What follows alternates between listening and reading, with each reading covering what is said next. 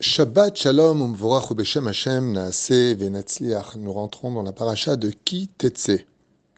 Paracha comme toutes les autres, plus qu'intéressante, extrêmement profonde, avec 74 mitzvot inclus dans cette seule paracha. Sur 613 mitzvot, on peut dire qu'elle emporte la main haute. Bezrat Hashem avec des sujets extrêmement profonds et différents les uns des autres, comme par exemple, on parle de la captive non-juive qui est belle pendant une guerre, le fils qui est rebelle, les relations du mariage sous toutes ses formes, comment un homme doit se comporter la première année de mariage et autres. Ne pas ignorer la charge de ton prochain si tu vois qu'il est en difficulté, que tu peux l'aider. Ne fais pas semblant de ne pas l'avoir vu, et puis plein d'autres mitzvot, comme ne pas labourer avec le taureau et l'âne ensemble, les lois du Shatnez, le Shiloh Haken, renvoyer la mer et prendre les oisillons, ne pas faire de mauvais nom à une fille pour X raison, sauf si le Sanhédrin le décide, ou le Bet Din, la fille qui est vierge de celle qui d'un coup ne l'est pas, alors qu'elle aurait menti, quel est son din, le nid des mamzerim, les bâtards, quels sont leurs dînes, comment qui ont le droit d'épouser, qu'est-ce qu'on fait avec celui qui a un accident en bas, qui ne peut plus avoir d'enfants, les unions interdites sous toutes leurs formes, et bien entendu, l'interdiction formelle de se prostituer en Israël, ce qui serait extrêmement grave, le cas de Haman et de Moab, qui sont deux peuples, car ils n'ont pas donné ni du pain ni de l'eau à Israël, ne pourront jamais se convertir. Ce sont les deux seules nations qui n'ont pas le droit de rentrer sous la conversion, et ce pour l'éternité. On n'a même pas le droit de leur demander comment ils vont selon la Torah, parce que ce sont deux nations qui sont nées grâce aux Juifs, grâce à Abraham, qui a sauvé Lot, et qui pourtant n'ont pas eu l'amabilité de nous rendre l'appareil, même pour nous vendre de l'eau. Et celui qui est si ingrat alors qu'il doit sa vie aux Juifs, qui n'est pas prêt à les aider, ne pourra jamais devenir Juif lui-même un jour. Et puis plein d'autres détails, comme la gravité des Nédarim, que celui qui fait un Néder fasse très attention de vite aller le payer, car ça bloquerait son mazal. Ne pas prêter avec intérêt, être juste dans le jugement, surtout avec les veuves et les orphelins. C'est pas parce qu'ils le sont qu'on ne fera pas la justice. On parle du yiboum, de celui qui est mort sans laisser de descendance, et le frère qui devrait épouser donc sa belle-sœur, si elle le veut ou pas. Ou frère, ne pas voler avec la balance. Et puis, en fin de compte, ça finit avec souviens-toi de ce que tu as fait, Amalek, et beaucoup d'autres sujets que je n'ai pas énumérés ici.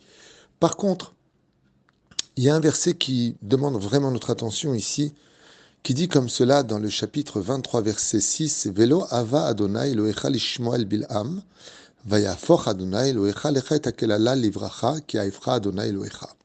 Alors l'Éternel, notre Dieu, ne nous a pas tenus au courant dans l'absolu, si ce n'est qu'après, ce qu'il s'est passé entre lui et Bil'am, ce fameux sorcier dont Balak a fait appel pour maudire les enfants d'Israël, chas v'shalom, vayafoch Adonai Elohecha lecha et akelala livracha, car l'Éternel, ton Dieu, a renversé les malédictions en bénédiction. Pourquoi?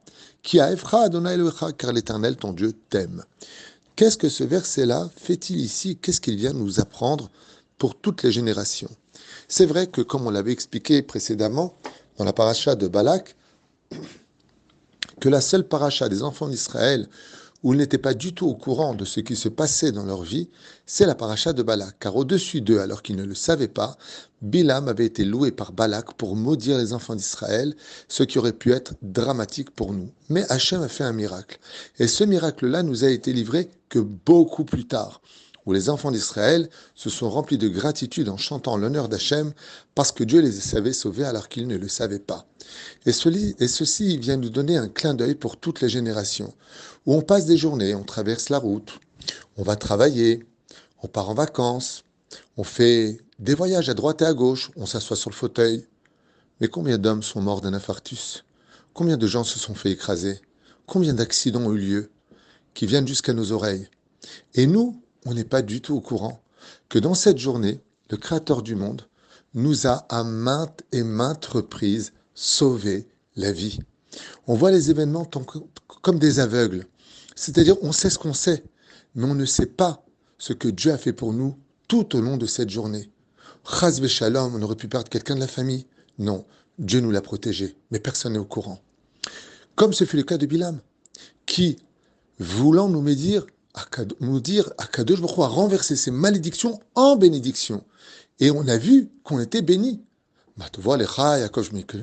Israël, qui est comme Israël, et tout ce que l'on vit encore aujourd'hui. Mais ça, personne n'était au courant. Et ce clin d'œil nous appartient à chaque moment de notre vie, au point où la Gemara nous dit Kol ha-neshama ta'alelia alléluia. Ne lis pas le mot Kol neshama, Kol neshima. Chaque fois que l'on respire, on se devrait dans l'absolu de remercier Akadosh Baruch Hu. Car combien de fois Akadosh Baruch Hu nous a évité des choses qui auraient pu nous tuer, de consommer des choses qui auraient pu nous rendre malades, de nous faire pénétrer dans des endroits qui auraient pu nous assimiler, mais il nous a sauvés. Il nous sauve constamment, mais nous, on ne le sait pas. J'aimerais, pour pouvoir illustrer cela, vous raconter une histoire que j'ai vécue avec une connaissance de l'époque qui, quand j'avais fait ma alia, m'a raconté la chose suivante.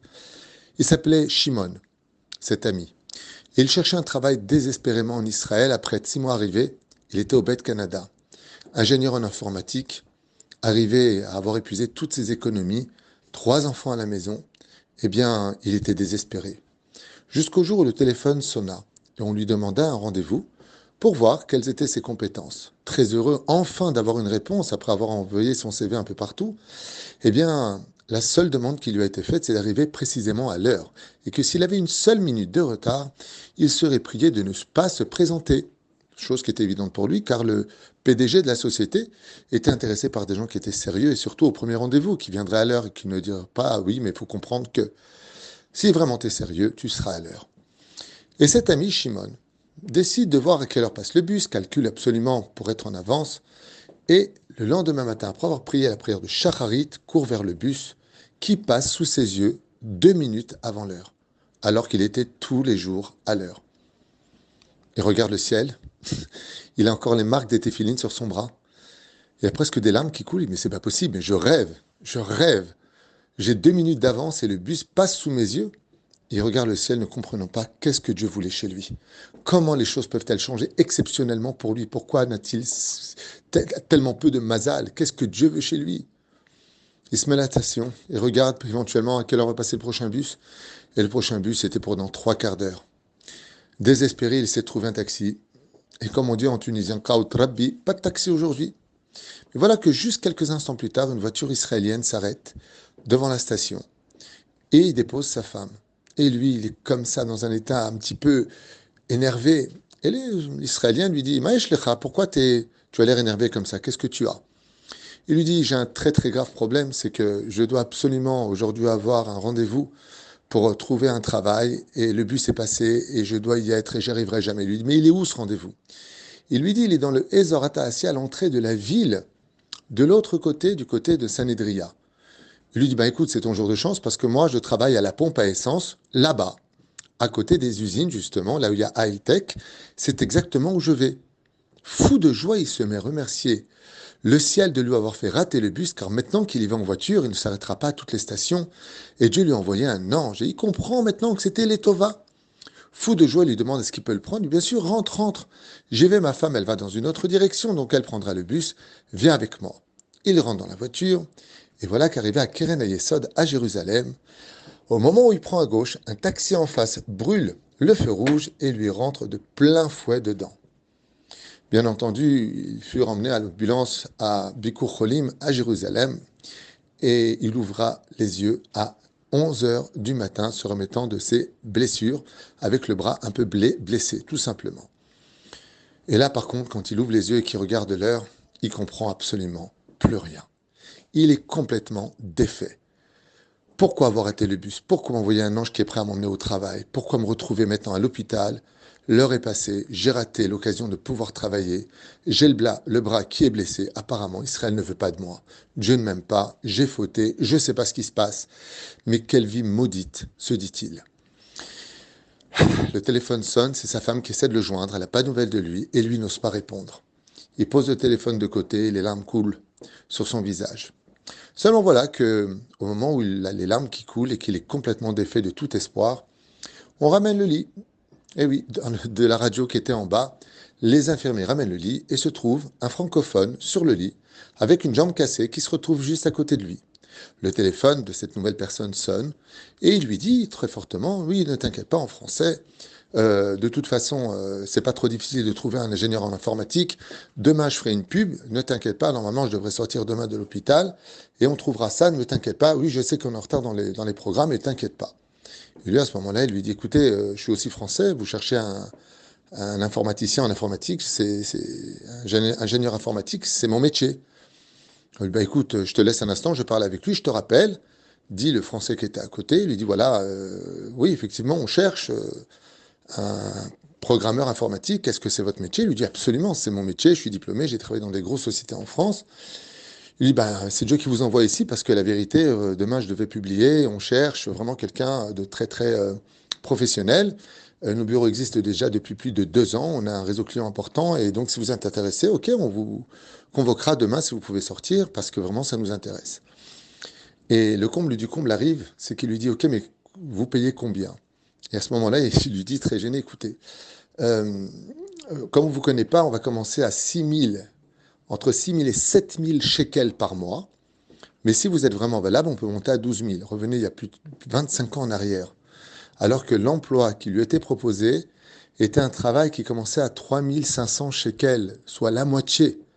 Et là, lui, il dit rien, mais il est comme un fou parce qu'il dit, mais attends, il me propose une super paye. Pour commencer, il me promet 12 000 si je fais mes preuves, chose qui sera facile pour moi vu mon métier. Et là, le comble arrive, il lui dit, mais il est où votre bureau? Et lui, tout simplement, à Talpiot. Il dit, mais Talpiot, c'est juste à côté de là où j'habite. Il lui dit, ben, comme ça, ce ne sera pas difficile pour vous d'arriver à l'heure tous les matins. Le lendemain, il va à ce rendez-vous. Avec son bras blessé, il est embauché et il travaille. Il a fait une Seudat Odaya pour remercier Akadosh Baruch Hu de tout cela. Et pendant cette Seudat Odaya, il s'est mis à remercier le chauffeur de bus qui est passé 2 minutes trop tôt. Il a remercié cet Israélien qui l'a emmené jusqu'à Keren Yesod. Il a remercié le taxi qui lui est rentré dedans. Et puis en fin de compte, il a remercié la chambre où il s'est retrouvé à l'hôpital pour être juste à côté de son futur employeur qui a lui proposé le double juste à côté de chez lui. Et il a dit en fin de compte, dans la vie, on n'est pas au courant, on pense que la vie ce sont des malédictions, mais quand on arrive à la fin, alors on se rend compte que la guerre pour laquelle on était sorti, se battre pour son pain, c'était une bénédiction. Et c'est pour ça que dans la paracha de Kitetzel Milchama, quand tu sortiras en guerre dans ce monde rempli de souffrances et d'épreuves, n'oublie jamais d'arriver jusqu'à la fin avant de croire que ta vie n'avait pas de chance.